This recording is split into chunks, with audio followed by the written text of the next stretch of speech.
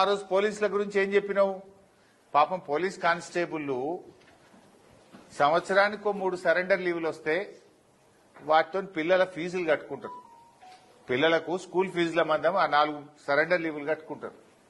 ఇవాళ రేవంత్ రెడ్డి వచ్చిన తర్వాత మా పోలీస్ కానిస్టేబుళ్లకు, హెడ్ కానిస్టేబుళ్లకు, ఏఎస్ఐలకు, పోలీస్ సిబ్బందికి 5 ఏరియర్స్ పెండింగ్ ఉన్నాయి, 5 సరెండర్ లీవ్ పెండింగ్ ఉన్నాయి.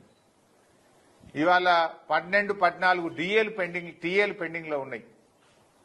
ఓ 14 టీఏలు పెండింగ్ ఉన్నాయి, 5 సరెండర్ లీవులు పెండింగ్ ఉన్నాయి. పోలీస్ స్టేషన్ అలవెన్స్ బంద్ అయిపోయింది.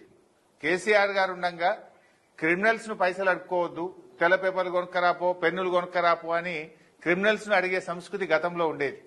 అరే మీరు అట్లా అడగొద్దు, అందరినీ గౌరవంగా చూడాలని ప్రతి పోలీస్ స్టేషన్ కు నెలకు 75,000 రూపాయల అలవెన్స్ కేసీఆర్ గారు ప్రభుత్వం ఇస్తే రేవంత్ రెడ్డి వచ్చినాక స్టేషన్ అలవెన్స్ బంద్ అయిపోయింది.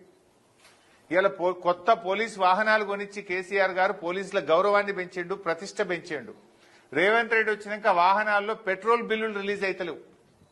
ఇలా పెట్రోల్ పంపులలో పోలీస్ బండ్లకు మేము ఉద్దరే పోయాం భయ్, మీరు బిల్లు కడతారా, మేము పెట్రోల్ బంద్ పెడతామని పంపు యజమానులు పోలీసు ఉద్యోగులను బెదిరించే పరిస్థితి వచ్చింది. అంటే పోలీసుల సరెండర్ లీవ్ ఇవ్వకపోతివి, టీఏలు ఇవ్వకపోతివి, స్టేషన్ అలవెన్స్ బంద్ పెడితివి, చివరికి పోలీస్ వాహనాల్లో పెట్రోల్ కు కూడా డబ్బులు ఇవ్వకపోతివి. అంటే ఏం చెప్పదలుచుకున్నావు? నీ లెక్క దోచుక తినమంటున్నావా? నీలాగా అవినీతికి పాల్పడమంటున్నావా? న్యాయబద్దంగా రావాల్సిన ఆ చిన్న పోలీసు ఉద్యోగులు పాపం రెక్కాడితే డొక్కాడని వాళ్ళు ఏఆర్ కానిస్టేబుల్ గాని, సివిల్ కానిస్టేబుల్ గాని వాళ్ళ పిల్లల చదువులకు ఫీజులు కట్టలేక ఇబ్బంది పడతా ఉన్నారు. హోంగార్డుల గురించి అయితే నువ్వు అసలు గొప్ప గొప్ప మాటలు చెప్పినావు. నేను రాగానే మొదటి సంతకం హోంగార్డులదే పెడతా, వాళ్ళని పర్మనెంట్ చేస్తా, వాళ్ళ జీతం పెంచుతా అంటివి. ఏం చేసినావు నాయన నువ్వు? కేసీఆర్ గారు 12,000 రూపాయలున్న హోంగార్డుల జీతాన్ని 29,000 రూపాయలకు కేసీఆర్ పెంచిండు. రేవంత్ రెడ్డి వచ్చి 2 ఏళ్ళు అయింది, ఎంత పెంచిండు అంటే 75 రూపాయలు పెంచిండు. ఇక దానికి అప్పటి నేను హోంగార్డులకు 75 పెంచినా ఇక నా అంత మొగోడు లేడంటాడు రేవంత్ రెడ్డి. 12,000 నుంచి 29,000 చేసిన కేసీఆర్ ఒక్క మాట అనలే, ఇంకా పెంచాలి, ఏడాదికి 1000 పెంచుతా అన్నాడు. రేవంత్ రెడ్డి వచ్చినాక పెంచింది 75. అది కూడా ఈ బట్టలు వాళ్ళకి ఇచ్చే డ్రెస్ అలవెన్స్ కూడా బంద్ అయిపోయింది రేవంత్ రెడ్డి వచ్చిన తర్వాత, హోంగార్డులకు ఇచ్చేది. అంటే ఎవరిని చూడు ఉసురు పోసుకున్నావు. కేసీఆర్ గారు పాపం ఆ ట్రాఫిక్ కానిస్టేబుళ్లు దుమ్ముకు ధూళికి పొగకు అనారోగ్యం పాలవుతున్నారని 30% ట్రాఫిక్ కానిస్టేబుళ్లకు అదనపు వేతనం ఇచ్చింది కేసీఆర్ ప్రభుత్వం. నువ్వేం చేసినావు నాయన?